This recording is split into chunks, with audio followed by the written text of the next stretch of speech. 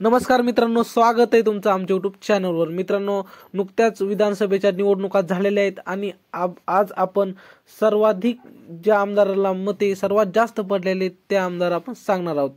Number 5 वर मित्रांनो आशुतोष काळे हे राष्ट्रवादी काँग्रेस पार्टी अजित पवार गट याचे उमेदवार होते आणि त्यांना 1,24,824 मते मिळालेली आहेत।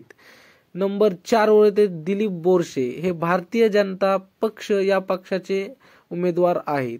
यांना सर्वाधिक म्हणजे 1,29,297 मते मिळाली आहेत।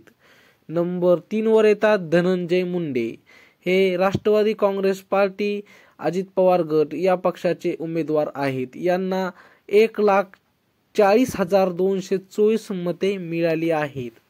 नंबर 2 वर आहेत शिवेंद्रराजे भोसले हे भारतीय जनता पार्टी या पक्षाचे उमेदवार आहेत। यांना 1,42,124 मते मिळालेली आहेत।